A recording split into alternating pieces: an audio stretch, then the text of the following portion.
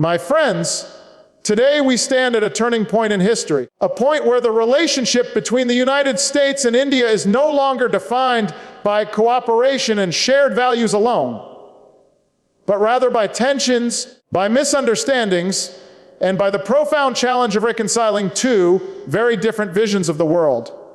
For decades, Washington and New Delhi spoke of partnership, of opportunity, of a shared future. But today, that promise is under threat. The question is not whether the ties between America and India matter. They do. The question is whether we can rise above the divisions of the moment, whether we can navigate the complexities of this century with the wisdom and courage it demands. And that question brings us to a central truth sometimes. It takes only one choice, one policy, one nation standing its ground to reshape the destiny of a relationship that once seemed unshakable. For too long, America believed that India's role in the world was already written, that it would play its part according to a script drafted elsewhere, and that the relationship between these two nations would always bend toward the preferences of Washington. But India has decided to write its own story, and when a nation of more than 1 billion people, with a history stretching back thousands of years, with a youthful population and growing economic might, decides to stand tall, the world has no choice but to take notice. The United States, long accustomed to dictating the terms of global partnerships, suddenly finds itself confronted with a country that does not simply echo its priorities, but insists on its own. That single act, one India standing as one voice, has shaken the foundation of U.S.-India relations in a way that policymakers in Washington had not fully anticipated. When America envisions a partnership, it often imagines a relationship where alignment comes naturally, where partners nod in agreement, and where concessions are granted for the sake of stability. But India, in this moment of its history, has chosen another path. It has chosen independence over alignment, self-reliance over dependency, and national sovereignty over foreign approval. And that choice, repeated time and again, is what has redefined the character of this relationship, because it is not one grand act that unsettled Washington, but rather a steady drumbeat of decisions, each asserting that India will not be managed, will not be reduced to a follower, and will not surrender its agency to any other power. Consider energy, one of the most consequential arenas of our time. When sanctions were imposed on countries that America deemed adversarial, India did not simply fall in line. It calculated its own needs, weighed the costs for its citizens, and decided to chart its own path. It found ways to secure the oil it required, to purchase energy from sources that others had blacklisted, and to do so with the confidence that its national interest would not be dictated from abroad. To some in Washington, this seemed like defiance. But to New Delhi, it was nothing more than pragmatism, an expression of sovereignty, a refusal to sacrifice its growth and stability for someone else's agenda. That one choice, on energy, on fuel, on the lifeblood of its economy, signaled to the world that India was no longer a nation to be pressured, but a nation to be persuaded. Now think about defense. For decades, America expected that as India drew closer to the West, it would abandon old habits, old suppliers, old strategic partners. But India has never been comfortable with a single source of dependency. Instead, it has built a defense portfolio that is diverse, that draws from East and West, that balances Russian arms with American technology, that experiments with European systems while also investing in its own. This has bewildered many in Washington who believe that partnership meant exclusivity. Yet for India, partnership means flexibility. It means that no matter how warm the friendship, no matter how strong the rhetoric, it will not place all its eggs in one basket. And so, when Washington insists on alignment, India responds with autonomy. When pressured to choose, India responds with balance. That, too, has unsettled the assumptions of the past, because what America saw as disloyalty, India sees as insurance. insurance against being trapped, insurance against being manipulated, insurance against a world where it cannot defend itself on its own terms. This independence is not limited to defense or energy alone. It extends to trade, to technology, to the future of innovation. For years, multinational corporations viewed India as a market to be opened, a place where Western products could flow freely, where billions of new consumers could be harnessed for someone else's growth. But India has increasingly turned the tables. It does not want to be simply a consumer of technology. It wants to be a producer. It does not want to be merely the office of the world. It wants to be the workshop, the laboratory, the hub. Policies such as Make in India are not just slogans. They are a declaration that India will shape its own industrial revolution, that it will protect its markets, nurture its own companies, and insist that partnerships be on equal footing. When American companies approach India, they now find a government that demands investment, that requires technology transfers, that asks not just for markets to be opened, but for futures to be shared. This, too, is unsettling for those who believed that India's rise would serve primarily Western interests. What we are witnessing is not antagonism for its own sake. It is conviction. Conviction that India's destiny belongs to India itself. Conviction that independence, once won through struggle and sacrifice, cannot be bartered away for short-term gains. Conviction that the respect of the world cannot be earned by bending to its demands, but only by standing firm in one's own vision. And in that conviction lies the true disruption of US-India relations. Because for Washington, the expectation was compliance. What it has received is resistance, and not the loud, reckless resistance of a rival, but the calm, steady resistance of a partner that refuses to be patronized. To understand the weight of this, we must step back. For decades, the United States has been at the center of global decision-making. It has expected allies and partners to echo its concerns, to align with its sanctions, to follow its lead in matters of security and trade. Many have done so willingly, some reluctantly. But India is one of the few that can afford to say no. It has the population, the economy, the geography, and the confidence to withstand pressure.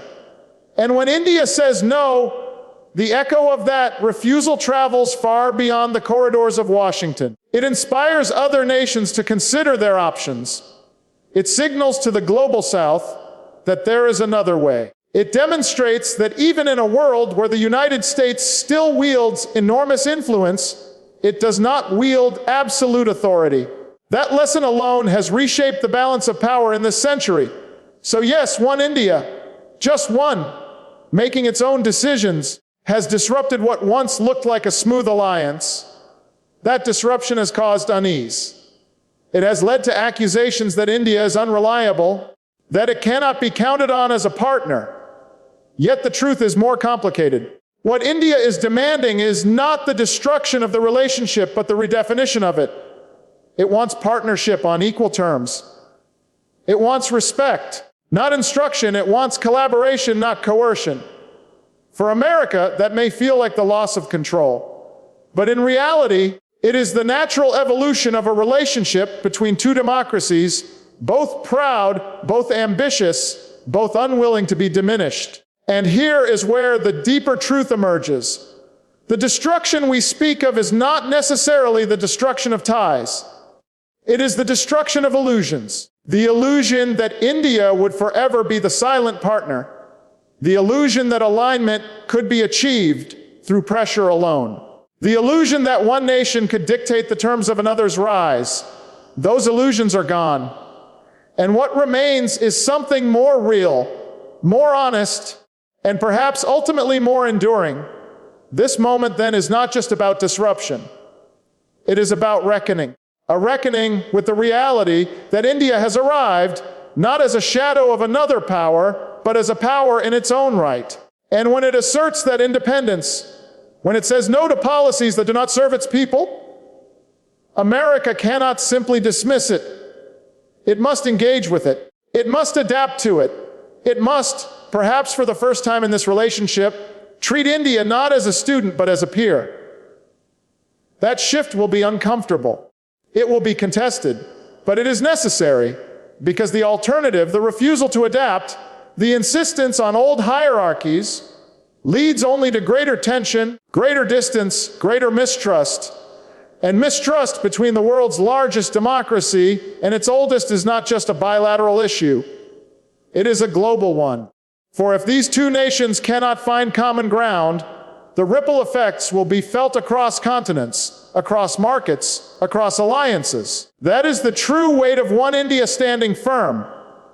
It does not simply reshape its own relationship with America, it reshapes the architecture of global order itself. So when we ask how one India could destroy US-India relations, the answer lies not in hostility but in honesty. India has destroyed the old model of dependency. It has destroyed the expectation of compliance. It has destroyed the myth that America's will is automatically the world's will. And in doing so, it has created space for something new. Whether that new reality becomes a stronger partnership or a permanent divide depends on the choices made today. The real question before us is not whether India has the ability to stand up to American power, because it has already proven that it does. The real question is whether both nations have the imagination and the courage to move beyond the old patterns of mistrust and competition to shape a future that is worthy of their people and of the world. For in this moment of history, the stakes could not be higher. We are living through an age defined by uncertainty. Uncertainty about the stability of the global economy, uncertainty about the security of our planet, uncertainty about whether the ideals of democracy can withstand the pressures of authoritarianism and division.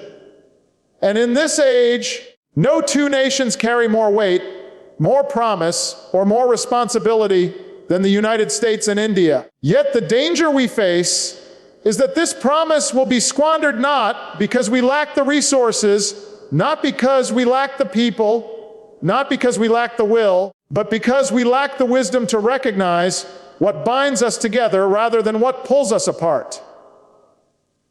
The truth is that both countries need one another. America needs India because the balance of power in Asia and the wider world is shifting rapidly. Other nations are rising with ambitions that do not always align with democratic values, and in that context, a strong India provides stability. It is a counterweight to forces that seek to rewrite the rules of the international system. It is a voice that carries credibility in the developing world, where the United States has often struggled to earn trust. At the same time, India needs America. It needs American investment to fuel its growth. It needs American technology to accelerate its innovation. It needs American support to amplify its voice on the global stage. The destinies of these two nations are intertwined, whether they choose to admit it or not. But a partnership built solely on necessity cannot endure. If the United States views India merely as a pawn in its geopolitical chessboard, then India will resist. If India views America merely as a source of capital or weapons, then America will hesitate. A true partnership requires trust, and trust cannot be built on transactions alone. It must be built on respect, on equality, on the recognition that both nations bring not only strengths but also responsibilities. That is the choice before us, to accept that this relationship cannot be one of dominance and submission, but must be one of collaboration. And yet, trust is fragile. For too long, both countries have looked at each other with suspicion. In Washington, there are those who ask whether India can be counted on, whether it will ever fully align with American interests. In New Delhi, there are those who worry that America will always demand too much, that its promises will be fleeting, that it will abandon India when convenient. These suspicions are not without history. They are the product of decades in which both nations struggled to find common ground, sometimes standing together, often standing apart. But history does not have to define the future. The future can be defined by choice. And that choice begins with humility. America must recognize that India is not a nation that can be pressured into compliance. It will not abandon its independence. It will not surrender its right to chart its own course. That may frustrate those who are used to allies that move in lockstep, but it is the reality of partnership with a nation as proud and as strong as India. If America wants India as an ally, it must treat it as an equal. It must as a subordinate. It must engage in dialogue, not dictate. It must learn to accept no and still find a way to work together. At the same time, India must recognize that with its rise comes responsibility. To be a great power is not simply to demand respect, but to earn it, not simply to protect sovereignty, but to use that sovereignty in the service of the greater good. India cannot claim to be a global leader while remaining silent on issues of injustice or while retreating into narrow self-interest. Leadership requires vision, it requires sacrifice, it requires the courage to speak not only for one's own people, but for all people. If India seeks to be a voice of the global South, it must also be a voice for the principles that give meaning to democracy itself. If both sides fail to grasp this moment, if they allow mistrust to dominate, then yes, the relationship could fracture. The potential for cooperation could wither. The promise of partnership could be lost. But the consequences would not stop with these two nations. A weakened U.S.-India relationship would leave a vacuum that others would rush to fill. It would embolden those who believe that might makes right. That authoritarianism is the future. That democracy is too weak, too divided, too fragile to endure. It would weaken the global fight against climate change, against poverty, against inequality. It would make the world less stable, less just, and less secure. That is what is at stake. And yet, the opposite is also true. If America and India rise to this moment, if they embrace not just necessity, but trust, not just partnership, but true equality, then the possibilities are boundless. Imagine an alliance where American technology and Indian talent combine to lead the world in clean energy, in artificial intelligence, in medicine. Imagine a relationship where the oldest democracy and the largest democracy stand shoulder to shoulder in defending freedom, in promoting human rights, in resisting the tide of authoritarianism. Imagine a partnership that not only strengthens both nations, but inspires billions around the world to believe again in the promise of democracy.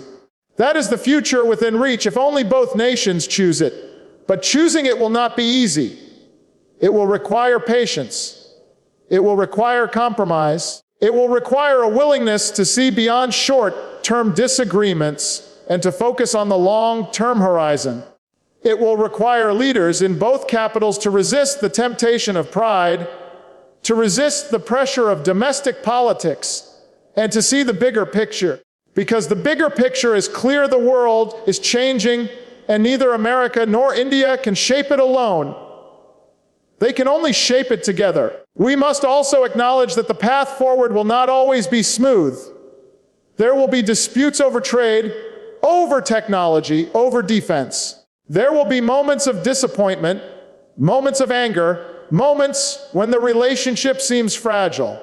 But if both nations remember why they matter to each other, if they remember that their destinies are linked, then they will find a way through. Because true partnerships are not measured by the absence of disagreement, but by the ability to overcome it. And in overcoming, both nations will discover something profound. They will discover that what seemed like destruction was in fact transformation. What seemed like the breaking of ties was in fact the breaking of illusions. What seemed like mistrust was in fact the birth of honesty. For too long, this relationship has been built on unspoken expectations. America expecting compliance, India expecting generosity. But now, at last, it has the chance to be built on something more real: mutual respect, shared values, and the recognition that both nations have something to offer the world. So, let us be clear: one India standing firm may feel like it has destroyed the relationship as it once was. But perhaps that destruction is not the end, but the beginning. The destruction of arrogance, the destruction of imbalance, the destruction of the old order. In its place, we can build something new. A relationship not of dominance but of dignity. Not of suspicion but of solidarity. Not of illusion but of truth. That is the choice before us. And the choice must be made now. History will not wait. The challenges of climate change, of inequality, of conflict, of technology, these challenges are not pausing until America and India sort out their differences. They are moving forward, and so must we. The question is not whether America and India will have a relationship. The question is what kind of relationship it will be. Will it be one defined by mistrust, by suspicion, by disappointment? Or will it be one defined by trust,